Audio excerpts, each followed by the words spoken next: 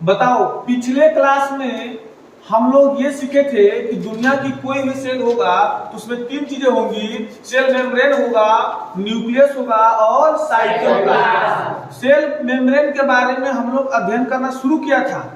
Cell membrane की definition बताया था कि cell membrane is the outermost covering of the cell that separates the content of cell from its external environment. उसे बताया था कि cell membrane allow or permits the entry and exit of some molecule in and out to the cell. It also prevents the entry of some other molecules. Hence, cell membrane is also called selective permeable membrane. फिर ये सवाल आया था कि कोई भी substances cell membrane से अंदर या बाहर कैसे होती हैं। तो मैं तुम लोगों को जब बताया था कि ऑक्सीजन हो या कार्बन डाइऑक्साइड हो, ये लोग किस प्रोसेस के मतलब अंदर बाहर होते हैं? डिफ्यूजन के कारण। फिर मैंने बताया था कि water also obey the law of diffusion, और इसको हम लोग बोलते हैं एक प्रकार का स्पेशल डिफ्यूजन का केस, स्पेशल नाम दिया जाता है जिसका नाम होता है ऑस्मोसिस। फिर लास्ट में एक सवाल आया था कि what will happen if we put a plant और animal cell into the solution of sugar और साल्ट। तो ये सवाल समझो, इसको हम लोग हल करने जा रहे हैं। फिर से सब लोग सवाल पढ़ेंगे। What will happen if we put a animal cell or plant cell into a solution of sugar or salt? तो यहाँ पे बताते भाई सॉल्यूशन क्या होता है। सॉल्यूशन का मतलब दो कंपोनेंट होते हैं, एक जो ज्यादा मात्रा में होता है उसको क्या बोलते हैं? सॉल्वेंट, और जो कम मात्रा में होता है उसको क्या बोलते हैं? सॉल्यूट। सॉल्वेंट जनरली हम लोग वाटर लेते हैं, बहुत सारे सॉल्वेंट होते हैं, लेकिन यहाँ पर हम लोग वाटर की बात करेंगे। तो वाटर होगा तो ये हमने इस बीकर में जो ब्लू कलर से बनाया है वो क्या है? वाटर है, और जो येलो कलर से बनाया है वो क्या है? सॉल्यूट है। हर जगह पर ज्यादा क्या है? सॉल्वेंट है, और कम क्या है? सॉल्यूट। तो हर जगह पर क्या बना है? सॉल्यूशन बना है। अब ये सॉल्यूट जो है ये शुगर हो सकता है या फिर या साल्ट हो सकता है। तो वही हम लोग का क्वेश्चन है कि शुगर या साल्ट सॉल्यूशन में या तो प्लांट सेल रखें या तो एनिमल सेल रखें तो क्या होगा। तो सेल के साथ तीन घटनाएं घट सकती हैं। सेल के साथ कितनी घटनाएं घट सकती हैं? तीन घटनाएं। हम लोग देखेंगे कि जो सेल के बाहर, मान लो ये सेल है, तो इस सेल के बाहर जो सराउंडिंग में सॉल्यूशन है उसमें वाटर का कंसंट्रेशन कितना है, ज्यादा है कि कम है। अगर सेल के बाहर सराउंडिंग में वाटर का कंसंट्रेशन लेस है और सेल के अंदर बहुत ज्यादा है, सेल के अंदर खूब ज्यादा वाटर मॉलिक्यूल है, तो तुम लोगों को मैं अभी एक बात बताया कि water also obey the law of diffusion. इसका मतलब वाटर भी हमेशा हायर कंसंट्रेशन से कहां जाएगा? Lower concentration. तो देखो वाटर का कंसंट्रेशन मोर कहां पर है? हायर कहां पर है? सेल के अंदर। और water always move from higher concentration to lower concentration. तो जब सेल में वाटर का कंसंट्रेशन ज्यादा है तो वाटर कहां से कहां मूव करेगा? सेल से सराउंडिंग में। जब लगातार वाटर इसमें से निकल के सराउंडिंग में जाएगा तो सेल के साथ क्या होगा? सेल सिकुड़ जाएगी, मतलब सेल विल श्रिंक। और ऐसे सॉल्यूशन को क्या बोलते हैं? Hypertonic solution. तो सवाल पर ध्यान दो कि what will happen if we put a animal और plant cell into the solution of salt और शुगर। तो अगर सॉल्यूशन हाइपरटोनिक है, मतलब कि सॉल्यूशन में वाटर का कंसंट्रेशन लेस है, सेल में वाटर कंसंट्रेशन मोर है, और water always move from higher concentration to lower concentration, तो सेल से बाहर निकलेगा, सॉल्यूशन में जाएगा, तो सेल क्या हो जाएगी? श्रिंक करेगी। सेल क्या करेगी? सिकुड़ जाएगी, मतलब सेल विल श्रिंक। यहाँ पर लिखा है कि अगर हाइपरटोनिक सॉल्यूशन है तो सेल क्या होगी? श्रिंक होगी। दूसरा केस, अगर सराउंडिंग में मतलब कि सॉल्यूशन में पानी का कंसंट्रेशन, वाटर का कंसंट्रेशन ज्यादा हो जा रहा है, मोर लिखा है यहाँ पर देखो, और सेल के अंदर वाटर का कंसंट्रेशन लेस है। एक बात गांठ बांध लो तुम लोग, हमेशा वाटर का मूवमेंट कहां से कहां होता है? Higher concentration to lower concentration, माने मोर कंसंट्रेशन से लेस कंसंट्रेशन। अब की बार मोर कंसंट्रेशन कहां पर है? सराउंडिंग में। तो सराउंडिंग में से वाटर जाएगा सेल के अंदर। हाँ, सेल में से भी निकलेगा वाटर, लेकिन सेल के अंदर ज्यादा जाएगा, निकलेगा कम।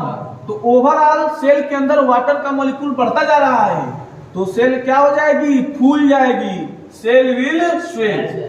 और सॉल्यूशन को क्या हम लोग बोलेंगे? Hypotonic solution. तो अगर सॉल्यूशन में वाटर का कंसंट्रेशन ज्यादा है, अर्थात वह हाइपोटोनिक सॉल्यूशन है, तो सेल क्या हो जाएगी? फूल जाएगी, सेल विल स्वेल। तीसरा कंडीशन, अगर हम लोग सॉल्यूशन में सेल को रख रहे हैं, सॉल्यूशन का मतलब सराउंडिंग में, और ऐसा हो रहा है कि जितना वाटर का मॉलिक्यूल अंदर जा रहा है उतना ही वाटर मॉलिक्यूल बाहर आ रहा है, मतलब कि दोनों में वाटर का कंसंट्रेशन क्या है? सेम है। तो जितना वाटर मॉलिक्यूल अंदर जाएगा उतना ही वाटर मॉलिक्यूल बाहर आएगा। नतीजा, ना तो सेल स्वेल करेगी ना तो सेल सिंक करेगी, ओवरऑल इसका साइज क्या रहेगा? सेम रहेगा। तो ऐसे सॉल्यूशन को क्या बोलेंगे? Isotonic solution. और इसमें सेल का क्या होगा? तो cell will stay the same size. और यही हम लोग का क्वेश्चन था कि what will happen to the cell, cell के साथ क्या होगा जब हम लोग इसको शुगर या साल्ट सोर्स में रखेंगे। अगर सॉल्यूशन हाइपरटोनिक है तो सेल विल श्रिंक, अगर सॉल्यूशन हाइपोटोनिक है तो सेल विल स्वेल, अगर सॉल्यूशन आइसोटोनिक है तो cell will remain same size. Any doubt? तो ओवरऑल कुल मिला के वाटर का मूवमेंट हो रहा है across selective permeable membrane from higher concentration to lower concentration. मतलब कि यार हायर कंसंट्रेशन से लोअर कंसंट्रेशन की तरफ हो रहा है, और हायर कंसंट्रेशन से लोअर कंसंट्रेशन मूवमेंट क्या कहलाता है? डिफ्यूजन। मतलब ऑस्मोसिस हो रहा है, वाटर का मूवमेंट हो रहा है हायर कंसंट्रेशन से लोअर कंसंट्रेशन, तो ये भी डिफ्यूजन के लॉ को ओबे कर रहा है, नहीं कर रहा है? कर रहा है। और तो इसीलिए मैं अगले पेज पर लाइन लिखा हूं कि क्योंकि water also obey the law of diffusion, hence osmosis is a special case of diffusion through selective permeable membrane। क्यों? क्योंकि osmosis में होता किसका मूवमेंट? वाटर का, और हायर कंसंट्रेशन से लोअर कंसंट्रेशन। एक प्रकार का क्या है? डिफ्यूजन। इसमें एक चीज एक्स्ट्रा हो जाता है, किसका इन्वॉल्व हो जाता है? सिलेक्टिव परमेबल मेम्ब्रेन का इन्वॉल्वमेंट हो जाता है। इसे लिखा है osmosis is a special case of diffusion through a selective permeable membrane। नीचे अब सवाल ये है, भाई ऑस्मोसिस कहां पर देखने को मिलता है? तो तुम लोग को बताया था दो प्रकार के ऑर्गेनिज्म होते हैं, यूनिसेलुलर और मल्टीसेलुलर। तो मान लो अगर कोई फ्रेश वाटर ऑर्गेनिज्म है, ये मान लो वाटर है, फ्रेश वाटर, और इसमें कोई यूनिसेलुलर ऑर्गेनिज्म है, तो यूनिसेलुलर ऑर्गेनिज्म को अगर वाटर लेना होगा, सेल को वाटर की रिक्वायरमेंट होगी, तो सराउंडिंग से ही तो वाटर लेगा ना। तो फ्रेश वाटर यूनिसेलुलर ऑर्गेनिज्म है तो सराउंडिंग से वाटर लेगा अंदर, तो बाहर हायर कंसंट्रेशन है H2 की, अंदर कम है, हायर कंसंट्रेशन से कम कंसंट्रेशन तक वाटर आएगा थ्रू सेलेक्टिव परमेबल मेम्ब्रेन। तो कौन सी प्रोसेस होगी? ऑस्मोसिस। तो सवाल पूछेगा कि यूनिसेलुलर फ्रेश वाटर ऑर्गेनिज्म अपने सेल के अंदर वाटर किस प्रोसेस से लेते हैं? तो क्या बताओगे? ऑस्मोसिस। प्लांट सेल होगी तो वो भी वाटर लेगी, तो भी कौन सी प्रोसेस होगी? ऑस्मोसिस। तो दोनों के लिखा है यूनिसेलुलर फ्रेश ऑर्गेनिज्म या फिर most of the plant cell gain water through osmosis. तुम लोग पढ़े हो कि जितने भी प्लांट होते हैं अपने रूट से वाटर एब्जॉर्ब करते हैं, तो वहां पर भी कौन सा फिनोमेना होता है? ऑस्मोसिस। देखो लिखा है absorption of water by plant root is also occurs through osmosis. अभी तक हम लोग ये ही पढ़ रहे हैं भाई, दुनिया की कोई भी सेल होगी तो उसमें कितनी चीजें होती हैं? 3। पहला बोलो सेल मेम्ब्रेन, दूसरा बोलो न्यूक्लियस, तीसरा साइटोप्लाज्म। तो अभी हम लोग सेल मेम्ब्रेन पर ही डिस्कस कर रहे हैं। सेल मेम्ब्रेन से होते हुए ऑस्मोसिस होता है। अब थोड़ा बहुत और एक आध दो टॉपिक रह गया इसमें, तो चलो हम उसको पढ़ा दें। भाई अब तक हम तुम लोग बताए कि इस प्लाज्मा मेम्ब्रेन से ऑक्सीजन अंदर जाता है, कार्बन डाइऑक्साइड बाहर आता है, फिर से वाटर का भी एक्सचेंज होता है। इसके अलावा सेल को और भी तो कुछ चाहिए ना। सेल को जिंदा रहे तो न्यूट्रिएंट चाहिए कि नहीं चाहिए? चाहिए। तो सेल को न्यूट्रिएंट चाहिए। फिर जब मेटाबॉलिक रिएक्शन होता है तो बहुत सारे मॉलिक्यूल सेल के अंदर बनते हैं जिसको बाहर निकालने की जरूरत होती है।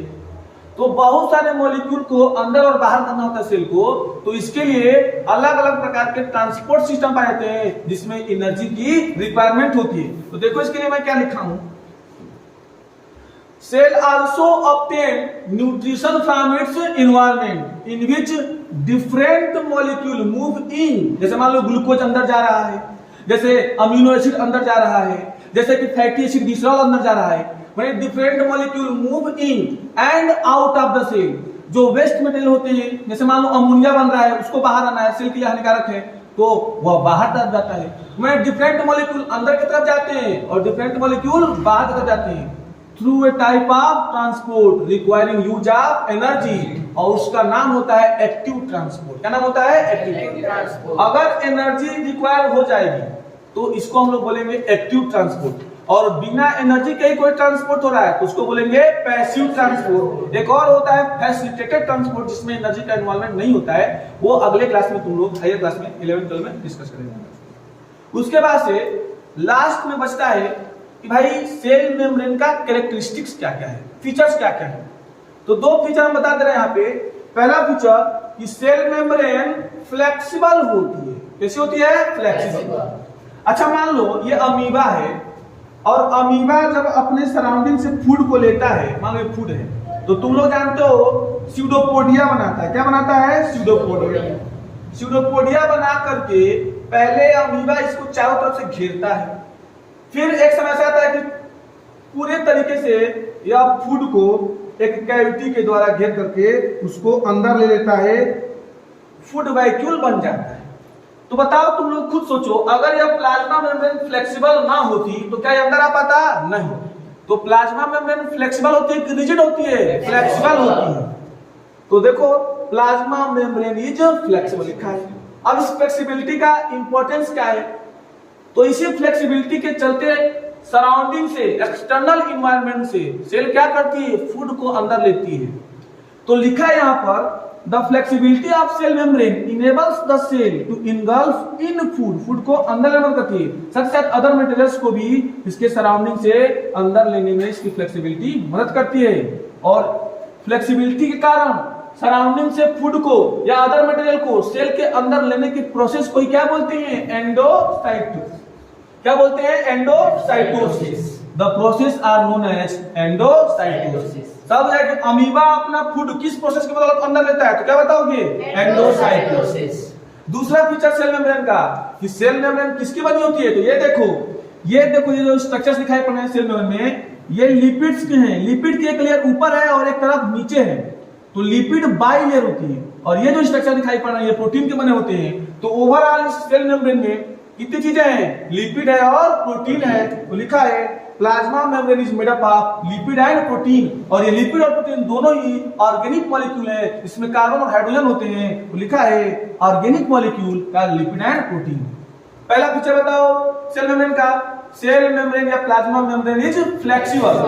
फ्लेक्सिबिलिटी का इंपॉर्टेंस क्या है? Flexibility of the cell membrane enables the cell to engulf in food and other material from its external environment, और this process is called endocytosis। Amoeba अपना फूड किस प्रोसेस को बदल देता है? एंडोसाइटोसिस। प्लाज्मा मेम्ब्रेन किसकी बनी होती है? ऑर्गेनिक मॉलिक्यूल की। वो ऑर्गेनिक मॉलिक्यूल कौन कौन होते हैं? लिपिड और प्रोटीन।